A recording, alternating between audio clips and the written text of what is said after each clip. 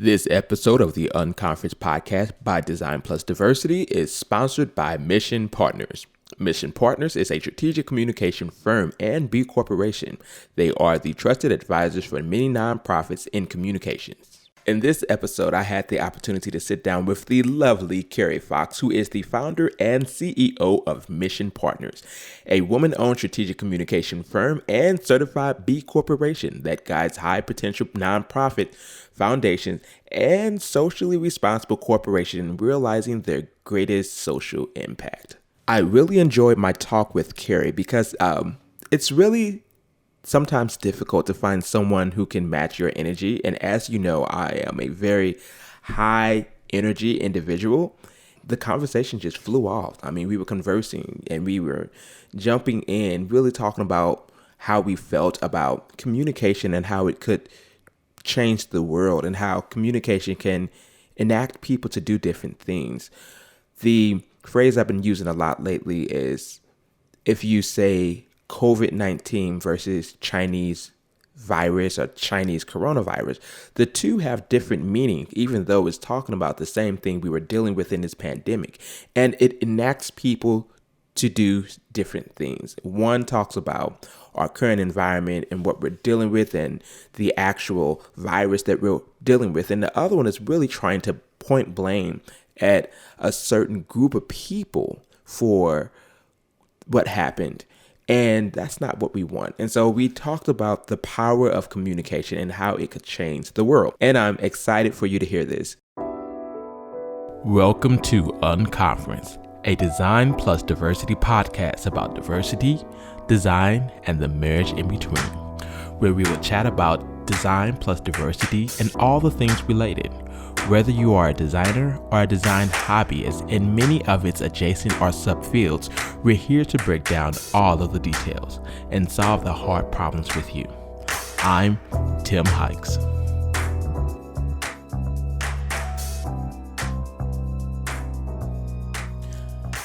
Ladies and gentlemen, I am happy to introduce you to the one and only Carrie Fox. I am always super excited to bring different people with different perspective to the conference and to the podcast that you can hear from, where we can all learn a little bit something different, especially in their area of expertise. So please help me welcome to the podcast, the one, the only Carrie Fox, founder and CEO of Mission Partners. How are you, Carrie? Hi, Tim. I'm doing great. And I am going to try to turn on my best podcasting voice to match you, though I'm not sure I can meet you there. I am so thrilled to have this time with you today. Yes, bring on the podcasting voice. Where I want to start off first is I want you to talk to the listeners about who you are, your organization, Mission Partners, the women-owned strategic communication firm. How did you get to this area? And we'll just go from there. Let's just vibe with the flow and go from there. Tell us all about it. We want to learn everything. So my name is Carrie Fox. My pronouns are she and her. I'm coming to you today from right outside of Washington, D.C. in Maryland. I am in social impact communications, and I'll get to that in a minute. But more importantly, when I think about who I am a storyteller, I am a mom, I am a daughter, I am someone who loves to learn. I am a continuous learner, that is for sure, always asking questions. And often I am the one asking questions. So it's nice to be here with you in a different place today. But you mentioned, tell you a little bit about my organization. I run a firm called Mission Partners. We are a certified B Corporation, one of only a few women-owned certified B Corps in the world, which we're really proud of. We're also certified women-owned and actually an entirely women-led team. And we operate at a pretty interesting intersection of public relations, philanthropy, and policy. And I have always believed that communications has the power to change the world. And that really, when it comes down to it, every major issue in the world can be solved through communications. It's how we connect with one another just as much as it's how we push one another apart. And so that's always been my place of learning and interest and curiosity, is how we create spaces that bring people together. I started my career in a very, very different way. I started in sports marketing and sports PR, serving as a spokesperson for now Hall of Famer Cal Ripken Jr., and then moved into agency world pretty early in my career and have been running agencies since I was about 25. So for quite some time. So my life has always been in creative spaces and doing the best I can to surround myself with people that I can really learn from and soak up information from. And happy to tell you more as we get into it. Awesome. That's so amazing to hear. Communication has the power to change the world, because that's, on a finer tip, that's what Design Plus Diversity is about. It's a conference that's delivering information, but on that, recognizing that how that information is delivered to people can invoke certain attitudes, certain perceptions. And an excellent example is saying COVID-19 versus the Chinese virus. And that's an example that I would use now to show people where the way that you name things and how you communicate to people can invoke different things and can cause people into either positive action or negative action. So yeah, I'm happy to hear that. And it's definitely going to be a new phrase that I use going forward. Communication has the power to change the world. And here's why. So let's jump into, how did you get to this space where you're now running Mission Partners? What hit you one day that this is something that I need to do? You stated that you were running other firms. Where did that branch off in time to where, this was the thing? Yeah. So you talk about storytelling, and I'm going to tell you one. I talk about myself as a recovering publicist, that I started my career telling stories for other people, right? Helping them build up their names, build up their organizations. And oftentimes it was for nonprofit organizations or individuals who had wonderful causes. And I felt really connected to those causes. But it became clear one day that the stories that I was telling, whether it was stories around or related to issues of homelessness or young people who were in or aging out of the foster care system, that the stories I was telling were not by intention, but very much, I think, by design, because of the system that we were in, were reinforcing and perpetuating harmful white dominant narratives. And I didn't want to be part of it anymore. I woke up one day saying, I've become part of a machine that is using communications intended to help raise money and help advance missions. But at the end of the day, we're reinforcing and perpetuating the exact same issues that we are trying to solve. And said, I can't be part of that kind of communications process anymore. However, if communications has the power to change the world, we could use this tool in a different way, right? We could tell stories in a different way. We could tell stories through a strengths-based lens and through an asset-based lens, where we are celebrating the power of community and the power of people, rather than using communications to essentially hold people back, right? And you see so much of that in nonprofit and philanthropy communications. And so I've really dedicated so much of my career to helping organizations identify how and where first they might be perpetuating issues inside their own stories, and then how they can reframe those stories to be able to truly advance issues of equity and diversity and inclusion. So how can organizations reframe those stories? What are some examples that you can share with us? And I'm not asking for if you have like a certain patented way of doing things. I'm not asking for the industry secret, but just giving our listeners some insight on ways that they could reframe stories that you have come to learn to do so well. Yeah. So I think it starts so much when we're working with an organization, we ask them how close they really are to the subject, right? So are you telling stories about individuals in your community, but you don't actually have a lot of experience in community with those individuals, right?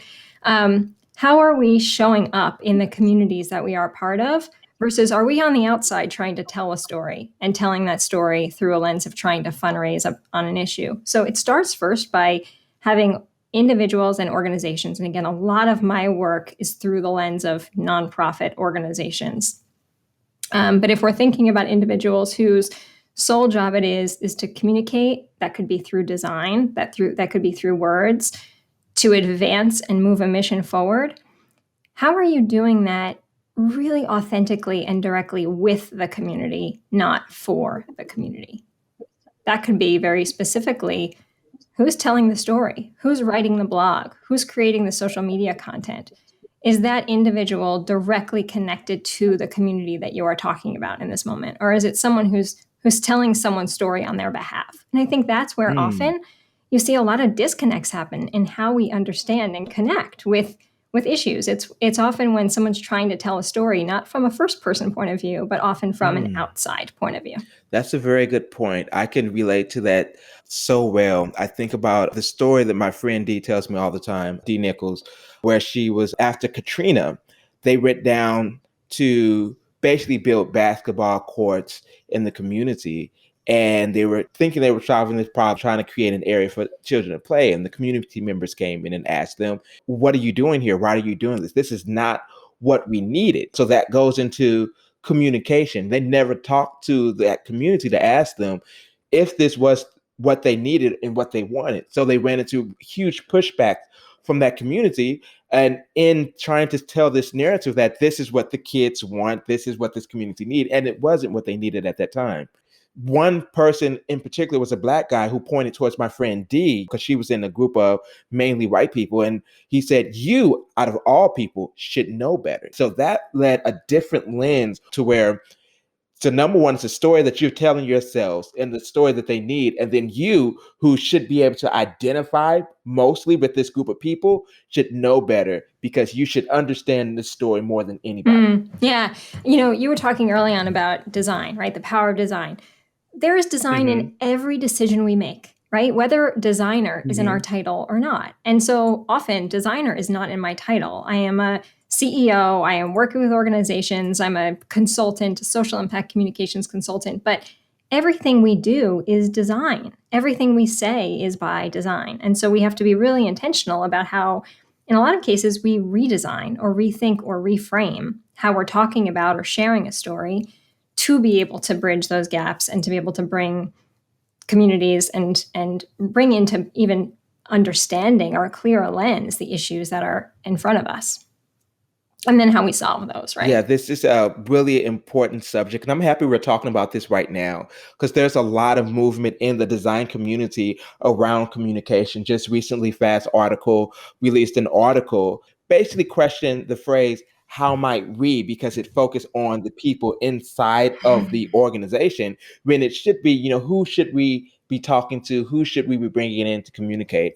Yeah, I think this is a wonderful opportunity for us to really hone in on just thinking about communication differently, especially from the individuals who are doing this day in and day out, because you're going to have special nuances and different things that I'm just not going to see or be cognizant of because of the landscape of the work that I'm doing. So I'm really happy that we're having this conversation today or conversing about it today. I want to jump into something a little bit more personal. I want to know more about your struggles, things that you struggle with as a business owner and how you move forward to solve these particular problems. One thing I'm cognizant of is you're being a woman that owns an organization in the space. And I could never understand what that's like.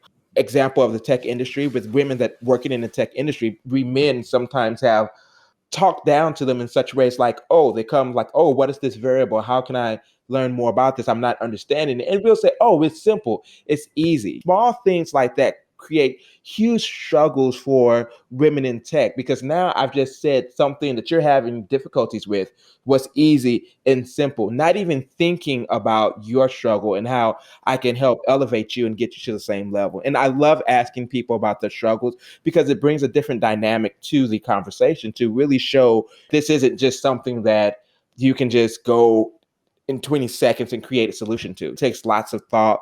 It takes lots of hard work and dedication. And there is struggle behind this sometimes in order to get out the thing that you think is so wonderful. And Right. beautiful. Yeah, that's right. It's a great question. So I'll tell you too, and maybe how they've evolved over time. One of the struggles early on, you touched on it, at least in part, that I started my agency very young. Before I had a lot of experience, I often say before I knew any better, right? If I waited 10 years, would I have started it? I don't know. But I had an idea and I wanted to run after it. And I remember really early on, I was in a board meeting or a board presentation, and the board, I was doing the presenting, to my client. And the board chair leaned over to me and he said, "Hey, sweetheart, it's so nice that you're here and that your boss invited you to come." And I said, "I am the boss, sir." "Hi, I'm Carrie. I'll be doing the presentation today." And it was one of those moments, Tim, of like, I am going to show up for this work and I am going to blow this work away and I'm never going to stop. And so, whereas that could have said to me, "I'm not ready for this. I'm going to step back. Maybe I am too young. Maybe I don't have enough experience. Maybe someone's not going to take me seriously." It actually gave me more fuel to dig in, to be like, I am going to prove that I belong here. I'm going to prove that I know what I'm doing. I'm going to stick to what I know and stick to my values. And that's what I've done. And I've really stuck really strongly to, I'm not going to play the party line in terms of how a lot of agencies think about the role that they play and, doing this just to think about the bottom line in growing a business. I'm going to think about what it really takes to have communications be a tool that can be transformative for organizations and for society. So that to me was a struggle that I thankfully don't have too much anymore, because I've learned to, I think, overcome that. But you know what? Where I am now is in a very different place, where the struggle that I face now is much deeper and much more widespread, in that I am a white woman working in a space that is dealing with issues of diversity and inclusion and equity. I am very aware of the experience and the personality that I bring to this work. I look so deeply at how white supremacy plays itself out in every facet of business, right? If we think about the role of capitalism, if we think about how that shows up in society, if we think about how we work in a traditional white dominant way, right? That I really want to challenge that. I want to challenge that in how we run our business. I want to challenge it in how we work with our employees and our clients. And yet that's a struggle, is to be able to do that at depth, knowing that some of those dominant norms are deeply, deeply ingrained inside our culture, right? And so it's a much deeper issue than I know how to solve, but it is something that I feel so committed to wanting to dig into and to learn and to address in every way I can. I feel that particular issue is something that's more prevalent that people can see now, but the question I always have is like, where to start? Where do we start at? What nail do we need to hit first?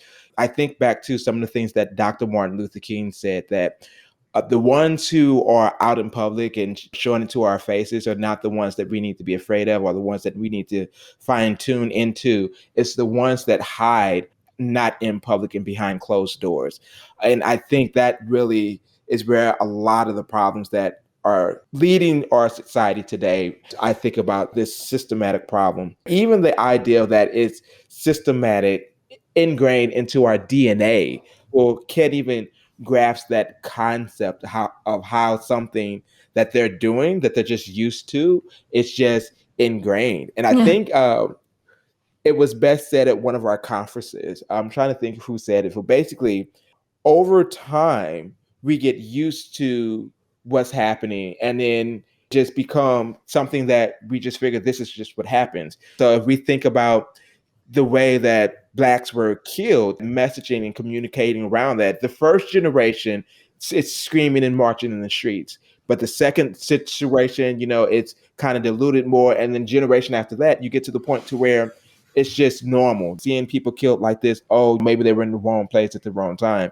So how do we keep that same emphasis or that same importance on the situation that the first generation had? I feel that we are currently now the first generation to try to tackle this issue. How do we continue to make sure that when we're long and gone, the generations afterwards are picking up the mantle and continuing the work that we start, that legacy of what we've done? It's true. And what we've got, hopefully, in terms of the wind in our sails, is that there is a lot of change happening all around us, both at policy levels, inside how business operates. Business knows they cannot do business as usual anymore, right? And whether it's part of the B Corp movement that I'm part of, or the general purpose-driven businesses who realize that they have to answer to their employees, not just to their shareholders anymore, right? That's going to help. But, obviously there is so much work, and all we need people to do is start where they are, right? Start wherever you Yes. are and take a step every day towards that envisioned future. My mind is starting to run and I'm starting to problem solve. And I'm stopping myself from doing that. Let's jump back into your background and jump back to some of the things that you've learned and went to college for, and how that has helped you today in your career. What are some things that are tools to you that were basically something that you didn't notice were going to be tools to you as you use in every day? I didn't know that so I was Student Government Association president at Lincoln University, an HBCU. Hey, me Oh, too. what? Yeah.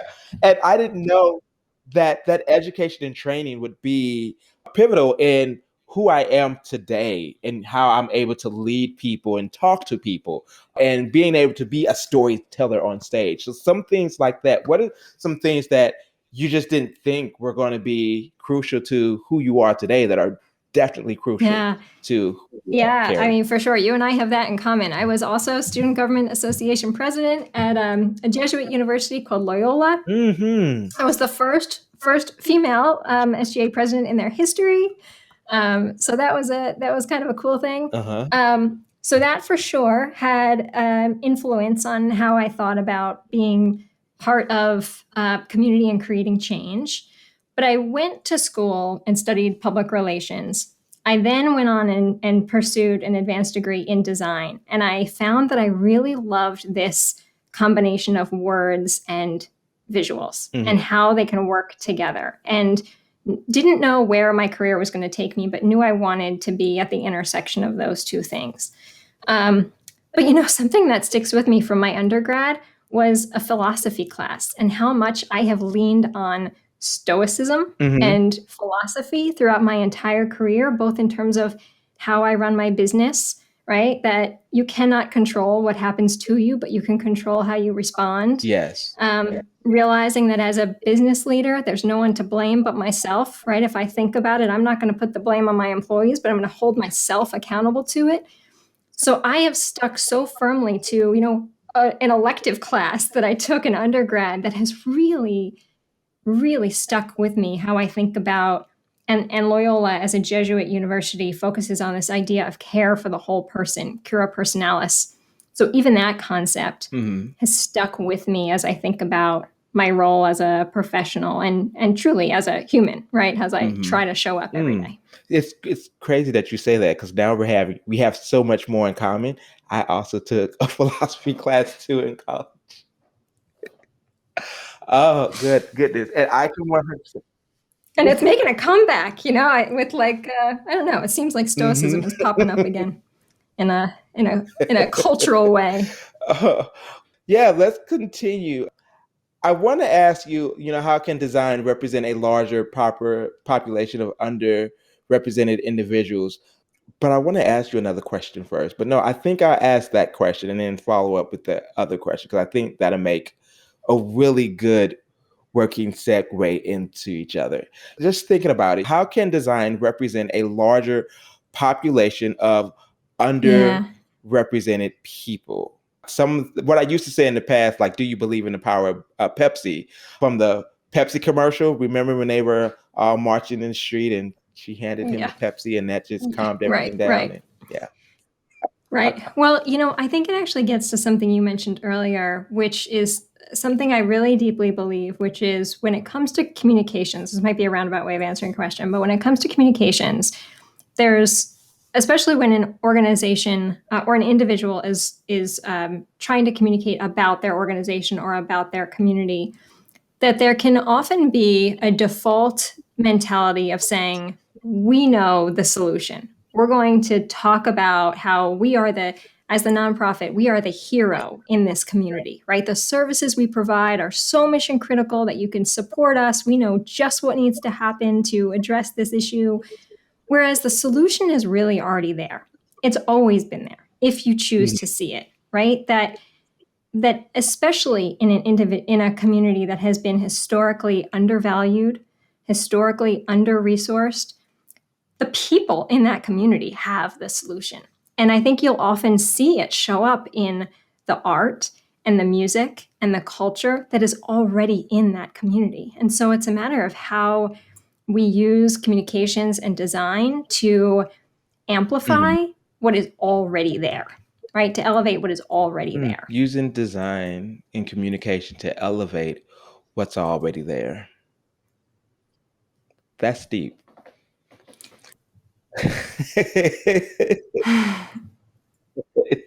I've left you speechless. Yeah, I mean, but I really believe that. I think so much is right. It's like hidden in plain sight, right? For so much of how we think about creating campaigns, and I think so many designers are really good at this. The really good designers know how to do this well, right? That so much of it is about listening and then using what we've learned to be able to then transform or elevate what we find, right? Versus saying, we as a designer need to create this from whole cloth. We need to create this.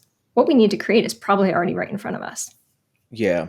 The problem might be is that particular skill set is something that you don't learn in college. It's something that I feel you pick up outside of college, and you need the time in order to really develop that. I don't think people recognize that once you start listening to people or putting your designs in front of other people who are not designers, you get a completely different message. You get a completely different conversation.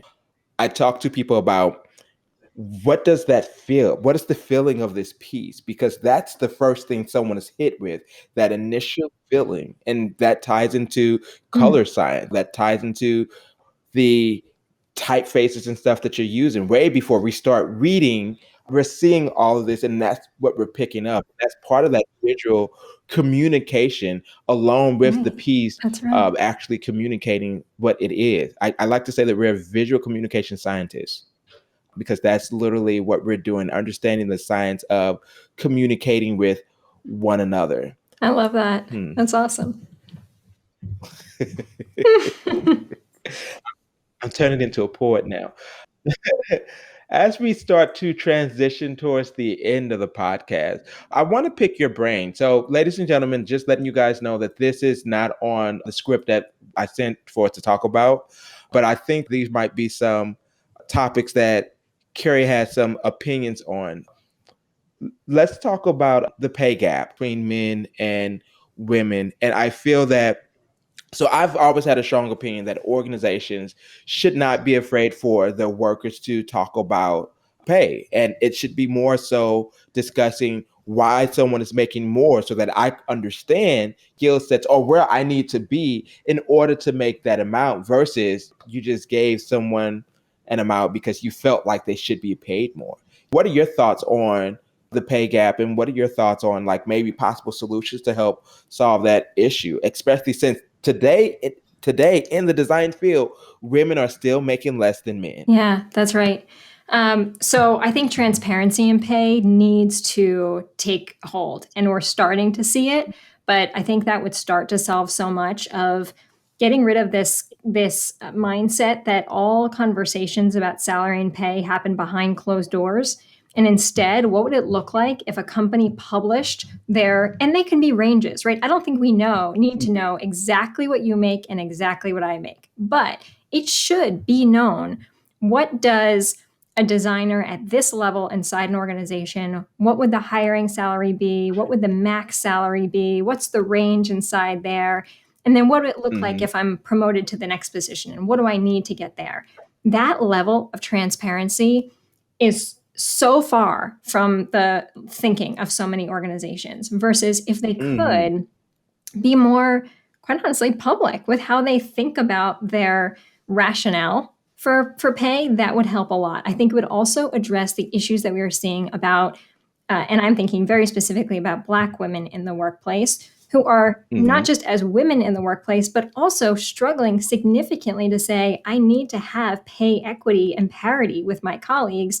But so much of this happens behind closed doors. So I am with you 100% that the more transparency we can bring to the salary process, and whatever that whoever's behind the big screen trying to, crunch all those numbers, we should see more of that. We should understand more of it. Mhm. We should also understand more about what the executive team is making and how many times greater Yes. that is than, the individuals who are just starting in their careers in that company, right? How much of the dollars or the revenue inside a company is going to just a very small number of people versus being distributed more Mhm. equitably across the team. I agree 100%. Carrie for president. I'm really just saying a lot of what we believe as B corporations, but it's true. I look forward to the day that becomes more common Mhm. among companies. Yeah, I really agree with there being a range. 'Cause I can see how that could be beneficial, and I can see how that Yeah. conversation worked out a little bit better. What are some tools do you think people could use in order to have talks about that pay gap, especially if they notice that there is a discrepancy with what I'm making versus the male counterpart? Sometimes I tell people that you don't have to burn bridges. Sometimes the bridges are not really there, but sometimes the bridges are so old that you might just have to leave it behind for a new area to live in, meaning finding a better job that represents you and your interests. Because if an organization is committed to paying people in such different ways, you might just have to seek another Yeah. organization. I have people who argue against that thought with me, and it's like, oh, Tim, really like the organization. I want to stay at that. But do you like the practices? Are you saying that you're committed to those type of practices? I work at an organization that's a great place to work 10 years in a row, and that's not the practices that we have here. And I couldn't think of working for an organization that's committed. And I'm saying Right. committed as in they do this often and continuously. So this is something that's ingrained in their DNA. They're committed to these practices, not looking to change them. What are some ways that you think people can have that talk, or what are some things that you think they should do? Do you think they should also seek other employment if an organization is committed to continuing that cycle? There's a lot. There's a lot in that question, and it's obviously so different for everyone, right? There's a lot that an Mhm. individual needs to weigh in terms of how much they love their role and love their work versus how much um, pain or trauma that they are experiencing in that workplace. And if it's a place that an individual doesn't feel valued, doesn't feel heard, then as much as they love the work, maybe it's not the place, right? If they think about where they could be to translate the love of that work to someplace where they feel valued. And to me, it always comes back to value. Are you in an organization that sees you and hears you and is willing to listen when you say, I think I'm providing a lot of value to this organization. What could be the pathway for me to be able to increase my take home pay? What could be the opportunity that I could increase my salary? And if you're in an organization that is not willing to have that open conversation with you, that is not willing to help make a plan, right? I don't think we should expect that we're going to go sit down with our manager and say, I'm ready for this raise. Here's my proof, and your raise is going to come in your next paycheck. It would be Mhm. amazing if it did. But if you had a conversation with your manager who was willing to hear you out and say, I hear you, I see you, I appreciate the work you are doing. I'm going to advocate for you so that over the next 6 months, we get you to where you want to be or really close to it. We're going to build a plan to help you get there. To me, that feels like it should be expected from a workplace who's willing to hear and listen and support and value its employees. Awesome. Awesome. I want us to end just giving the listeners a little more information about your organization, Mission Partners, because I don't think I kind of feel like we didn't talk about Mission Partners enough on the podcast. And I really want them to understand who the organization is, type of work that the organization does, Yeah. and if they're looking to reach out, type of things that they could reach out to the organization, even just to find more. I tell people all the time that a conversation is worth a lot. You don't have to have anything in mind just to reach out to learn more. So let's talk a little bit more about Mission Partners. Yeah, thank you. So we often work with organizations who are in moments of transition. That could be they are getting ready to release a new strategic plan, or they have a new executive team coming in, or they have to completely pivot and think differently about their strategy and what that looks like. often that's the moment that Mission Partners comes in. And that could be, we're going to help you develop that strategic plan and then release it to the people who need to hear it. Or we're going to help you do a refresh of your brand. But even before we do that, we're going to listen really clearly to understand how your brand is even perceived in the market. So research is a big part of what we do, and then translating that research into the words and the visuals of that brand. And a lot of times also, it's just around reputation management or crisis management or issues management. But often we sit at the table with that executive team to coach them and guide them as their partners through these critical moments of growth and change.